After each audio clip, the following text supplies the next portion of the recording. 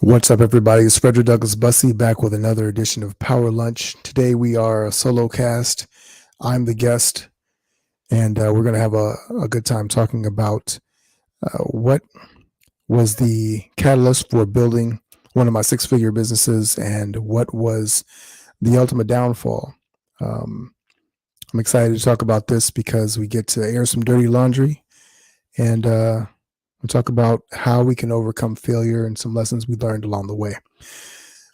This edition of Power Lunch is sponsored by none other than the Seven Figure Circle $1 Million Mastermind, my Facebook group. And if you are not yet a member, you're watching this on Facebook, you can just hop on over to my profile and check it out and be able to join there if you'd like. Also, if you're watching this on YouTube, make sure you like and subscribe. If you're on LinkedIn, we look forward to your comments. As always, this is Power Lunch. Let's go to work.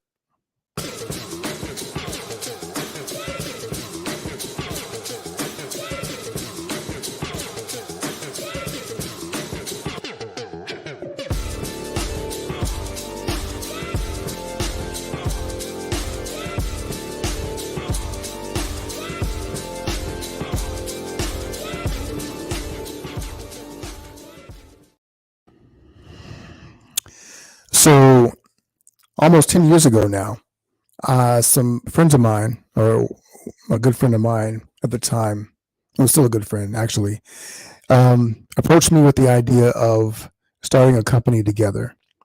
And at the time he was doing PR, I was fresh out of the music industry.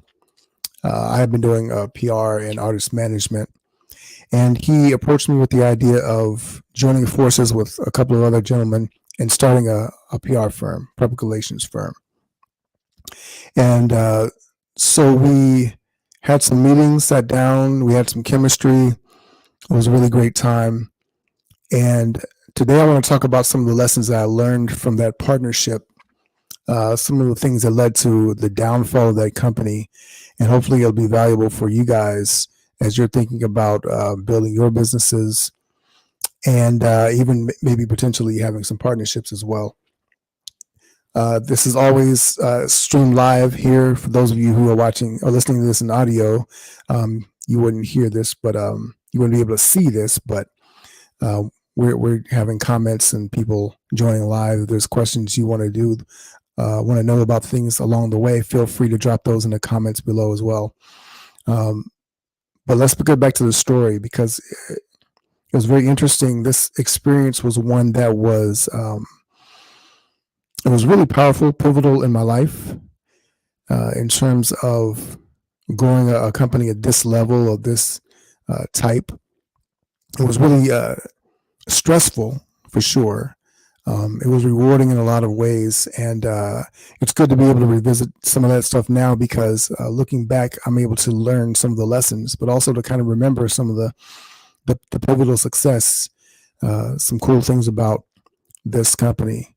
So at the time, this guy was a friend of mine named Chris Joseph. Chris had his own company, and we had both been entrepreneurs. We attended the same church. We have young families. His kids were a little older than mine, still are actually.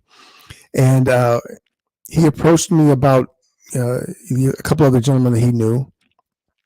One who was a prominent newscaster or had been a prominent newscaster here in Atlanta. And another was a good friend of his who was a minister and had run several nonprofits and was running a nonprofit at the time.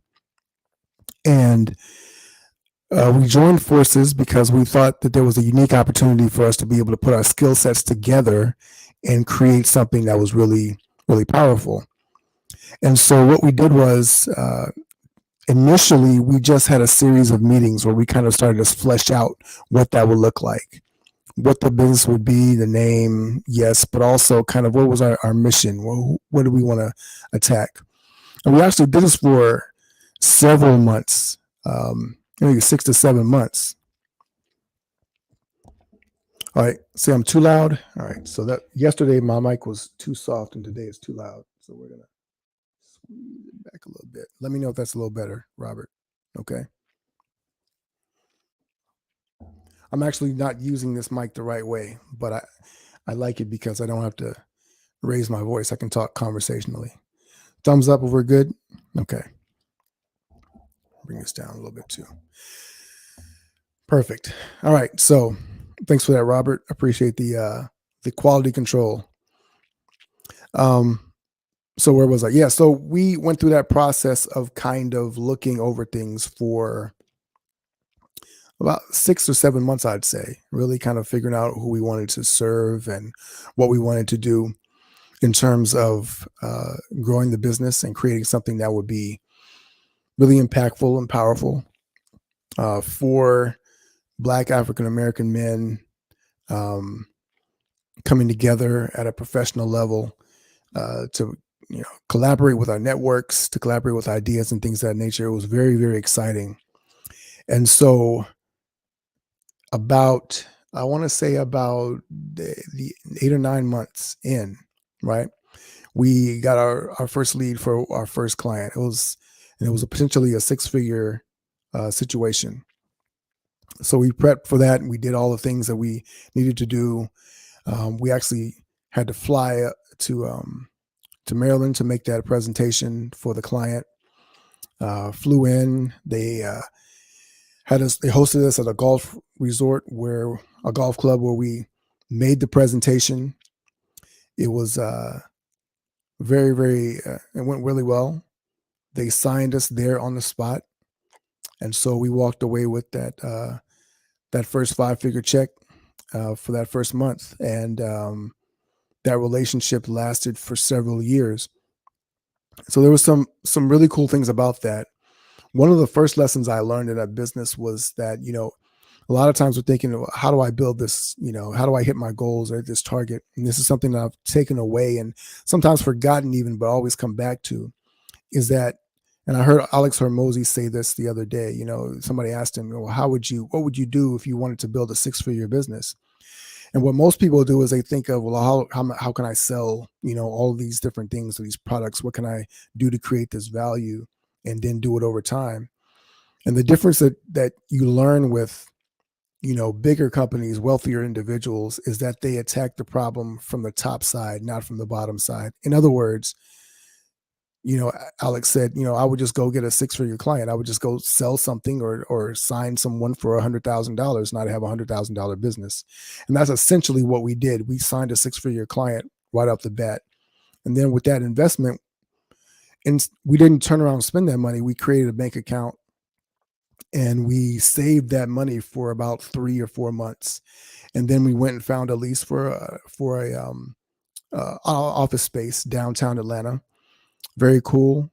We had about 2,000 square foot or so, I want to say, of square foot footage. And so even now looking back, this is back before social media content in terms of YouTube, and having a studio was even a real thing. But that's something that we had. We had cameras. We had a whole white screen set up in one of the rooms where we could do a lot of content and things of that nature. And so looking back, that's something that I wish that we had capitalized on even then that we didn't do now. But but one of the lessons I did learn was that if you set a big enough target, you can actually create something that has enough value that allows you to get more runway.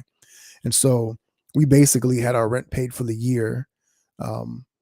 We took some time and then furnished the offices. It was really cool, really chic.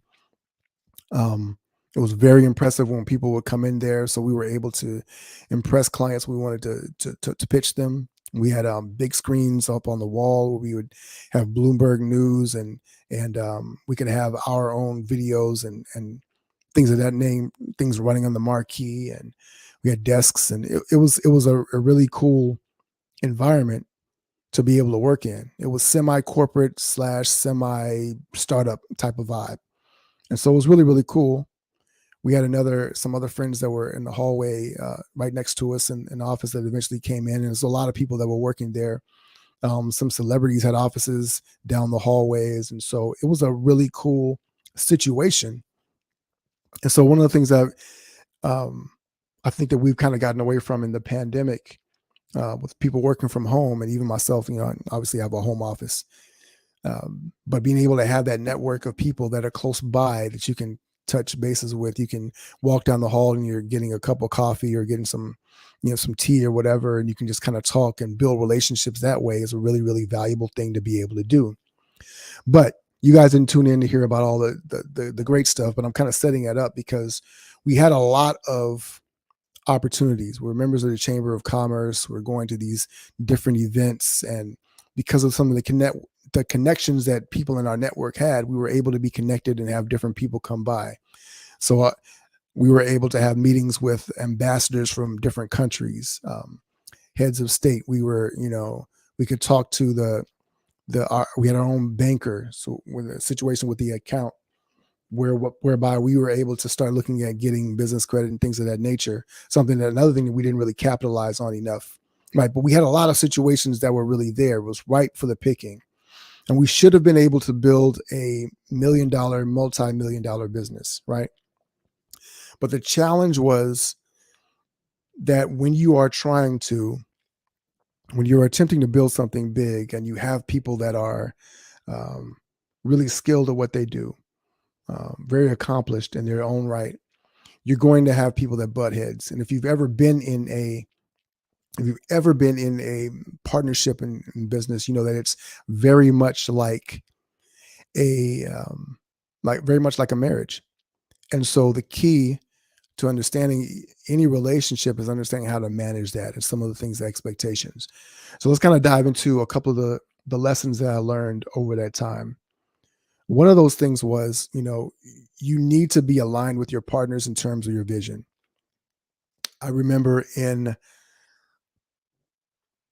that first year, we took a retreat to California. So we flew out for a weekend, several days out in LA.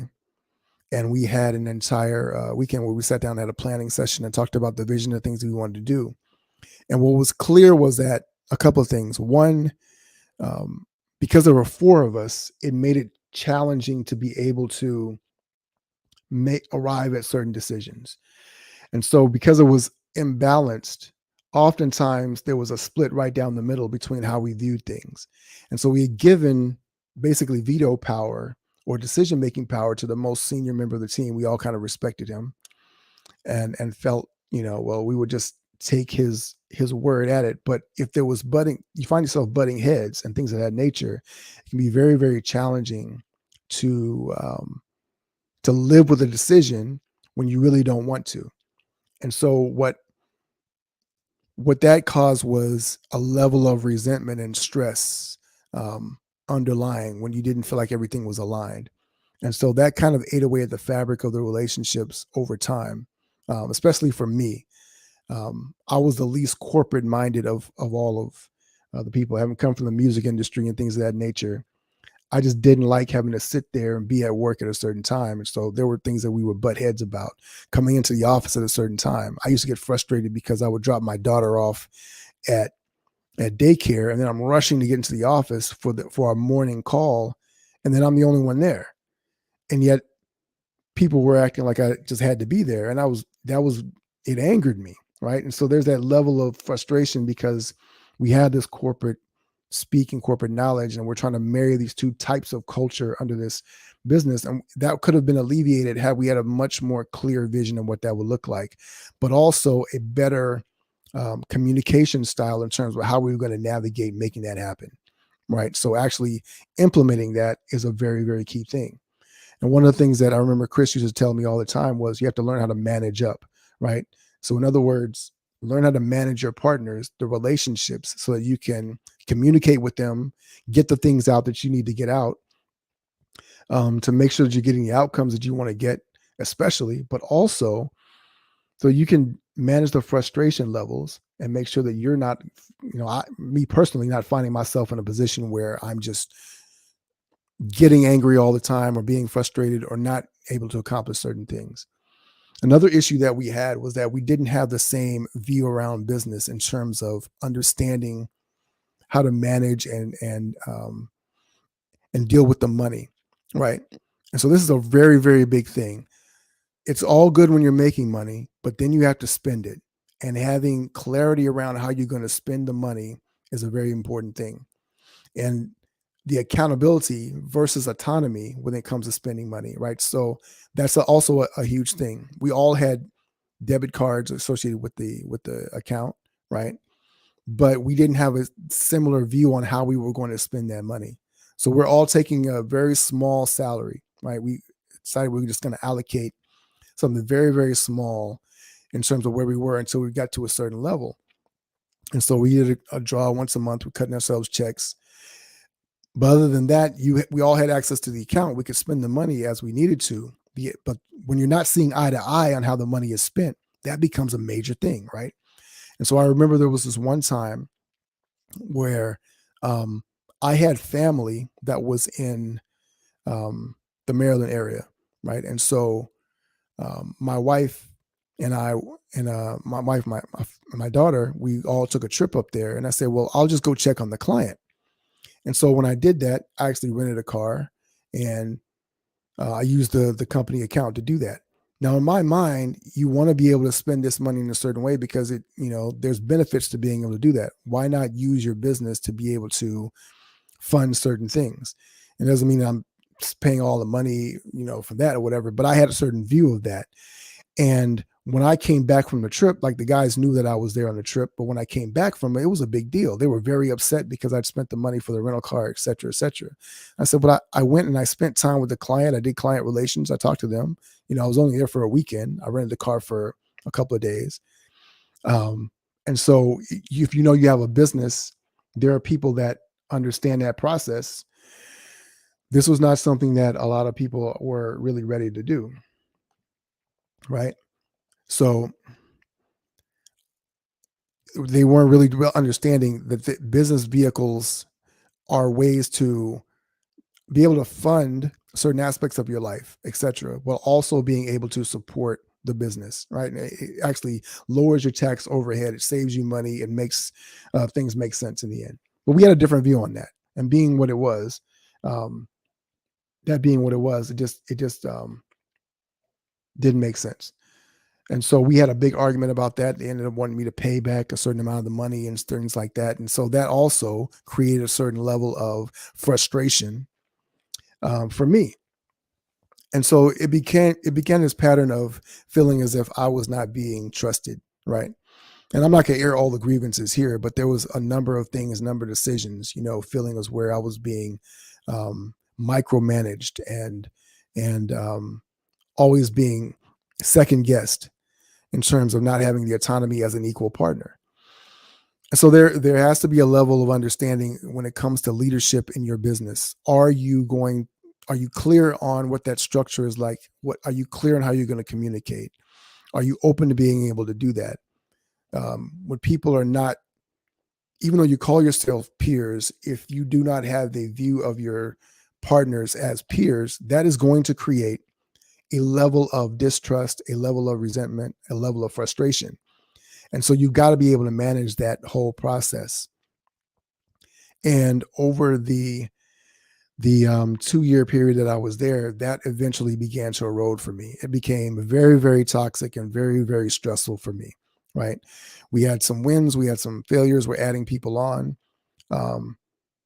A couple of the other lessons that I'll share with you briefly is that one of the things that we could have done to grow the business was to hire more people, right? So there was a great deal of content that we had to produce for our biggest client.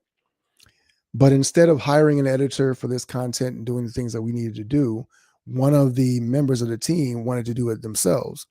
And this was a member of the team that was probably the most well-known. And the rest of us kind of felt like maybe you should be spending more of your time actually attracting more business, right? More people know you, but he was tucked away in his apartment or whatever in his condo, editing his content for 2 or 3 or 4 days sometimes out of the week. And it was becoming a real strain. It's like he's not in the office working with us. It was creating this distance, and a lot of things were happening. We did hire an intern for a short period of time, but that was only for a couple of months or whatever. And we never really got to scaling off. So although we were doing some of the work ourselves, we never started being able to delegate certain tasks to people to be able to optimize our own true strengths. And one of the other things that really came out around that as well was the fact that um, at the time, most of us did not see ourselves as salespeople, right? Understanding the process of sales. We were a PR agency. We did a poor job in marketing. We weren't really telling people about the company in any particular way. We weren't spending any money on ads. Social media was in a different space, but we weren't doing a lot of that as well to really optimize what we had, creating content, doing different things that would allow us to be able to increase our platform. And because we didn't see ourselves as salespeople, myself especially, I was guilty of that. So I'm not really a salesperson, you know. Um, but now the things I understand about how you can create relationships and leverage those relationships to be able to add value to potential clients and bring those people on is a really, really important thing. You have to know how to do this. And had we known that leveraging, if each of us had simply just gone out and found another six-figure client, which was extremely possible, right? Based on the relationships that we had, if each of us had simply gone out and done that, then we could have brought in a lot more revenue. It would have eased a lot of the strain. I'm not sure it would have prolonged the life of the company because, as they say, more money, more problems. But one of the reasons why it would have been so many problems or so many challenges, I think, is because we did not have the underlying structure in place. The vision wasn't clear. The execution and implementation was not very clear. And the lines of demarcation when it came to responsibility and the like were not. And so that would have created an extreme struggle for us to be able to gain more momentum. So that was one of the biggest things. And for me, when we came back from the retreat in California, it was just increasingly clear that this thing wasn't working.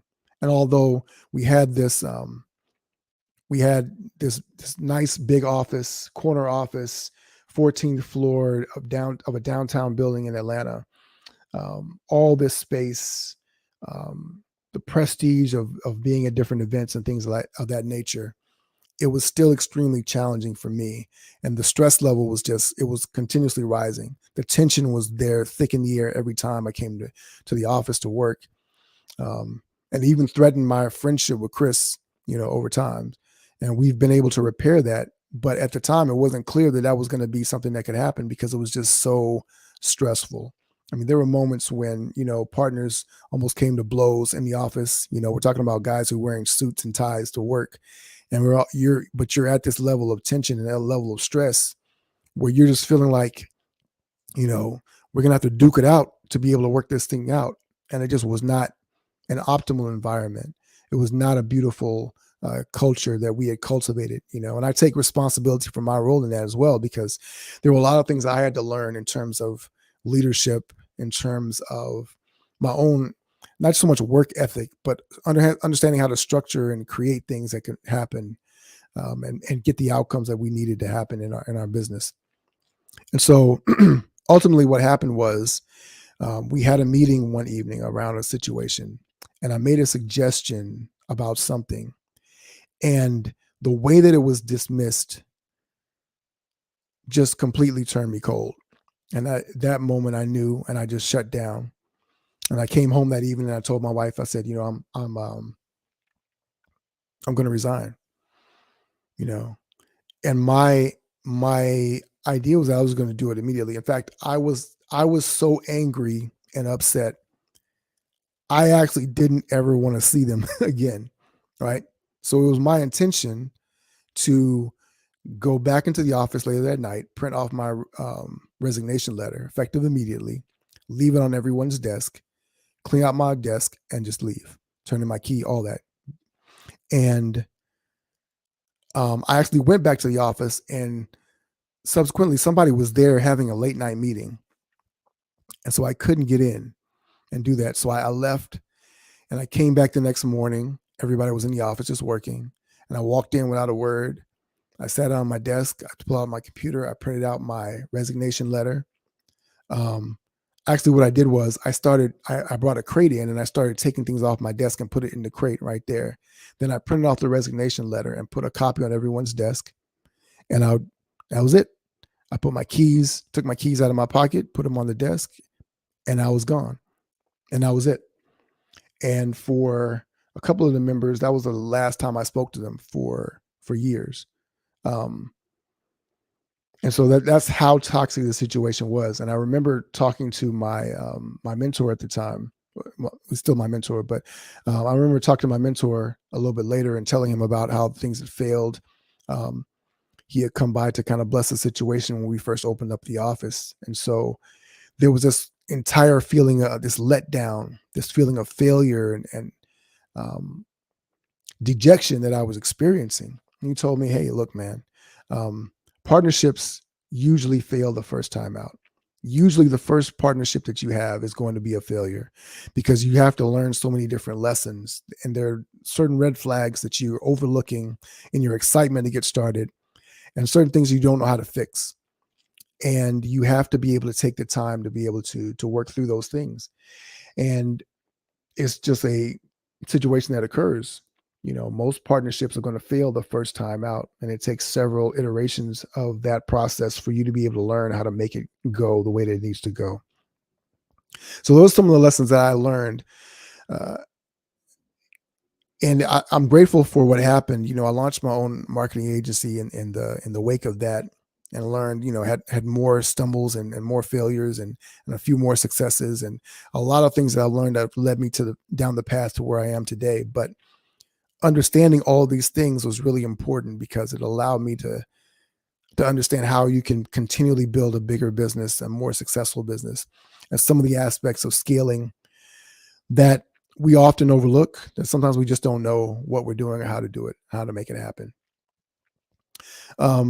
So this is that's the story of the PR firm and how and why we fail. There's a lot more details. If someone was questioning me on it or quizzing me on it, then I would probably remember or think about it this time. But I just wanted to share some of that briefly with you, and hopefully there's some lessons that are valuable for you in your own journey of entrepreneurship, in your own journey of leadership as you're dealing with talented individuals, people that are gifted in their own right, but sometimes you're going to butt heads and you're not going to see eye to eye. How do you navigate through those processes and make things happen in the way that you want to get the outcomes that you're really, really desiring to have?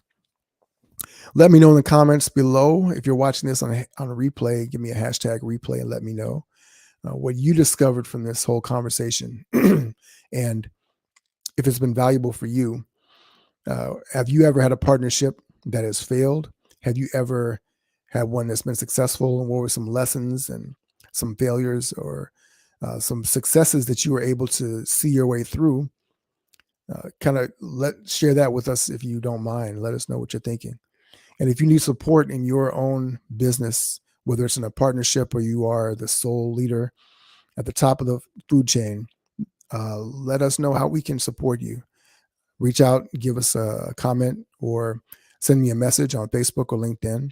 Even on YouTube, you can drop a comment and let us know what your thoughts are on that whole process, the entire experience, and how we can support you.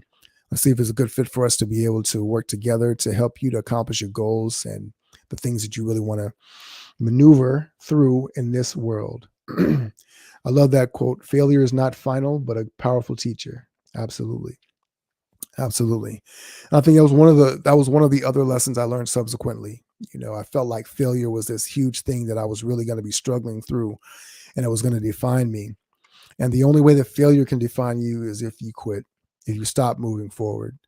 And what I found was that it actually set me up as a catalyst to be able to be more successful in other ventures down the line, and to be able to support other entrepreneurs as they're going through their experience in creating something that is meaningful and significant in this world. That's what we're all here for.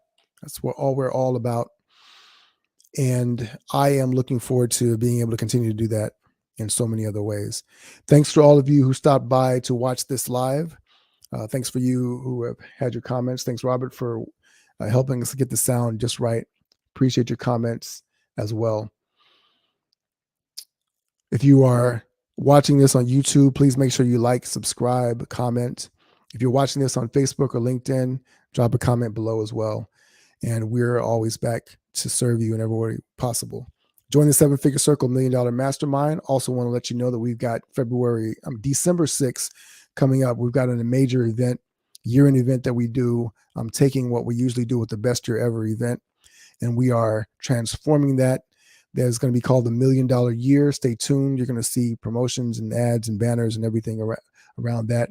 But if for more information, send me a comment, send me a message, or comment below to find out how you can join the $1 Million Year, the blueprint for building your 7-figure business in 12 months or less. All right. I love you all. Thanks for stopping by for a moment, a second, a minute, or the entire time. I'm Frederick Douglass Bussey. Ever forward.